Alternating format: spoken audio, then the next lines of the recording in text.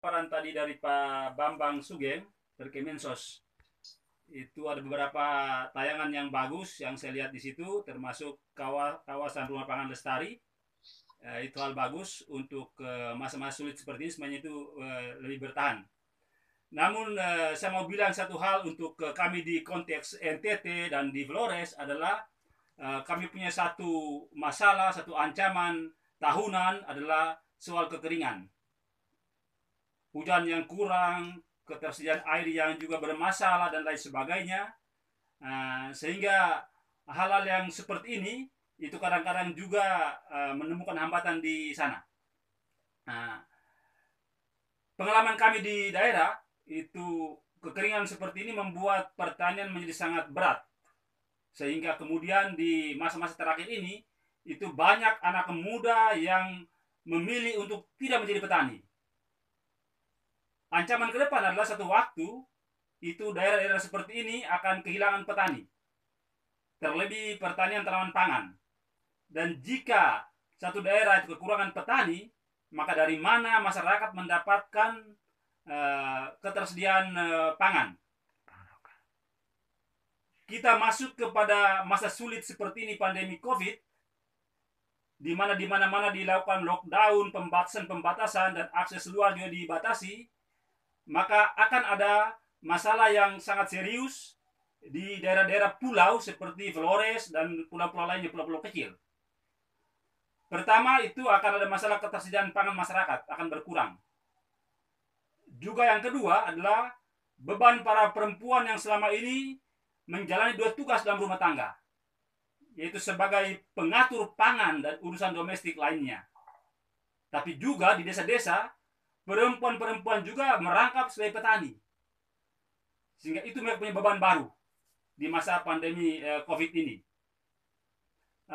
Saya mau share, kami lakukan hal kecil di YPPS.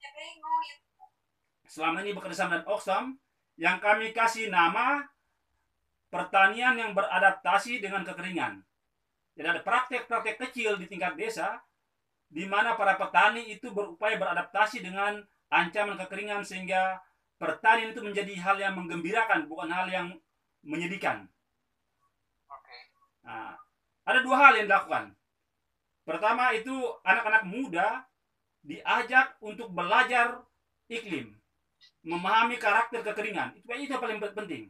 Mesti ada ilmu yang dimiliki oleh mereka, bagaimana mereka bertani pada daerah yang kering. Yang kedua, setelah mereka memahami iklim dan mengukur seperti apa curah hujan tahun lalu, kemudian mereka memutuskan untuk apa yang akan mereka tanam di tahun ini yang akan disesuaikan dengan curah hujan sehingga tidak gagal. Lalu kemudian mereka bisa berhasil dan punya pangan rumah tangga. Hal bagus yang kami dapatkan dari praktek ini adalah para petani muda ini kemudian memilih jenis-jenis tanaman pangan lokal yang bisa bertahan hidup dengan kondisi kekeringan yang ekstrim. Ada jagung lokal, ada kacang-kacangan, dan yang paling menggembirakan adalah sorghum yang sudah bertahun-tahun dilupakan. Tahun ini di desa-desa yang kami belajar bersama mereka, itu mereka bisa panen sorghum. Sekarang sedang siap panen yang kedua. Jadi panen pertama sudah selesai, sekarang panen yang kedua. Bisa panen sampai 3 kali. Dan hasil cukup bagus karena mereka melakukan adaptasi, mempelajari iklim dan kemudian mereka menanam. Di masa COVID ini, justru di mana-mana kalau orang resah dengan ketersediaan pangan, seperti yang tadi kawan Tori gambarkan, maka di desa-desa yang punya ketersediaan cukup ini, justru mereka aman dengan pangan rumah tangganya. Yang kedua, jika mereka harus menjualnya, maka harganya juga akan naik. Kita cek di desa dan di pasar sekarang, itu harga pisang satu tandan yang selama ini dijual dari 50.000, dia bisa naik jadi 100.000.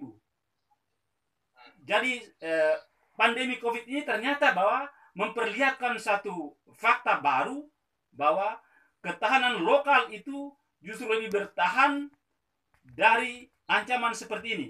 Di mana kalau komunikasi global ditutup, akses luar ditutup, tapi para petani yang punya produksi pangan memadai di desa-desa justru dia aman. Itu catatannya. Terima kasih, Pak. Baik, terima kasih.